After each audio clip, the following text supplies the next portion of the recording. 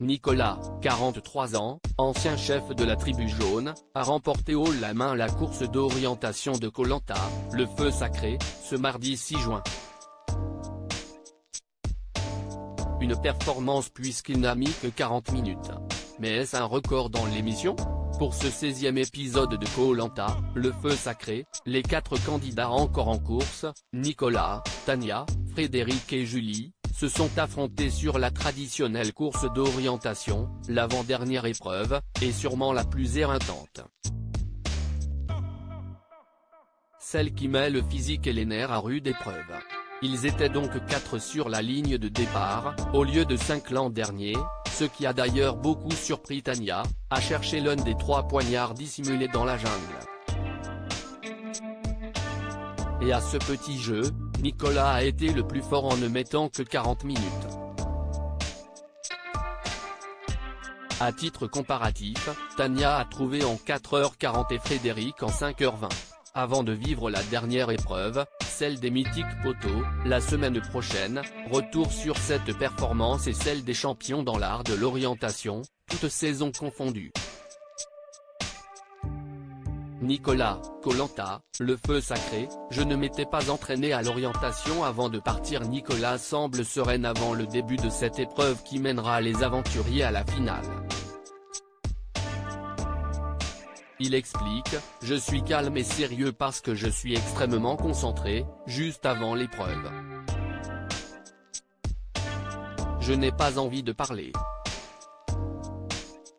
Souvent, quand il y a beaucoup d'enjeux, je suis beaucoup plus calme et moins causant. Je ne dis pas à Denis que je suis plutôt à l'aise dans cette discipline pour essayer d'impressionner ou de perturber mes adversaires. Et puis, je reste vigilant, je temporise mes propos. Je sais très bien que dans une course d'orientation, j'en ai fait quand même quelques-unes, on peut mettre de l'énergie, courir vite et se tromper rapidement. On peut avoir beaucoup de chance mais aussi de malchance comme marcher sur une balise, marcher juste à côté. Avec la panique, tout peut s'emballer assez vite, dans une course d'orientation. Il y a d'autres disciplines sportives où on peut retrouver ce contexte-là, le trail aussi, c'est très tactique, vous pouvez partir trop vite ou pas assez. Il ne faut pas s'enflammer. Koh Lanta, Nicolas réalise le 7e meilleur temps à l'orientation dans toute l'histoire du jeu, mais s'est-il exercé avant le départ pour Koh Lanta, comme a pu le faire Laura avec sa maman? Non, je ne m'étais pas entraîné à l'orientation. Je me suis vraiment appuyé sur mes acquis, mon passif de sportif et d'ancien militaire, confie-t-il.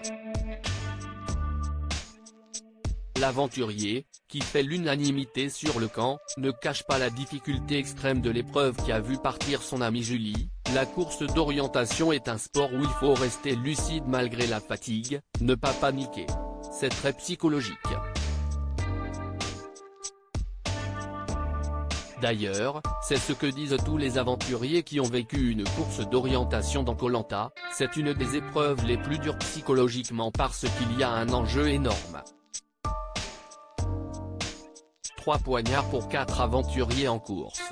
On a une vraie pression sur la ligne de départ.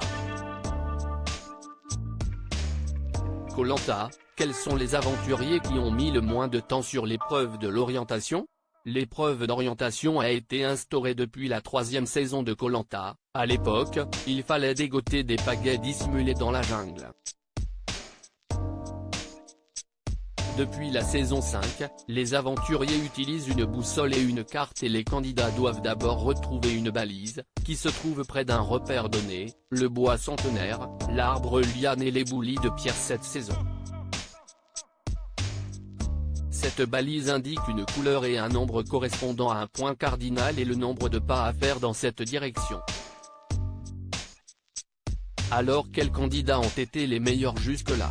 Francis, Koh Lanta, Pacifique, 2005, remporté par Clémence Castel, décroche la palme de l'aventurier le plus rapide à l'orientation toutes saisons confondues, il trouve son coquillage en moins de 20 minutes. Frédéric, gagnant de l'édition Koh-Lanta, Karamoan, 2008, réalise aussi un temps exceptionnel de 20 minutes pile pour rapporter son bouclier. La seconde meilleure performance de l'histoire de l'épreuve. Vient ensuite la première femme, la valeureuse Jade, lors du Retour des héros, la première édition spéciale de l'émission, remportée par Romuald, elle dégote sa châtaigne en 25 minutes. Le record à l'orientation est détenu par Francis dans Koh-Lanta, Pacifique en 2005. Le mythique Claude Dartois, champion des épreuves en individuel, s'est aussi illustré dans l'exercice. Il est arrivé premier lors de 2 des 4 épreuves d'orientation qu'il a jouées, en 2010 et en 2019. Il a mis 26 minutes à trouver sa statuette lors de la saison 10, Koh-Lanta Vietnam, remportée par Philippe. En 2016, Pascal, Koh-Lanta Thaïlande, remporté par Wendy, a relevé le défi et trouvé le poignard en 33 minutes. Enfin, dans Koh-Lanta, le totem maudit en 2022, remporté par Bastien et François, Jean-Charles, le sympathique fustier, est parvenu à remporter son épreuve d'orientation en seulement 36 minutes. Il n'y croyait pas lui-même.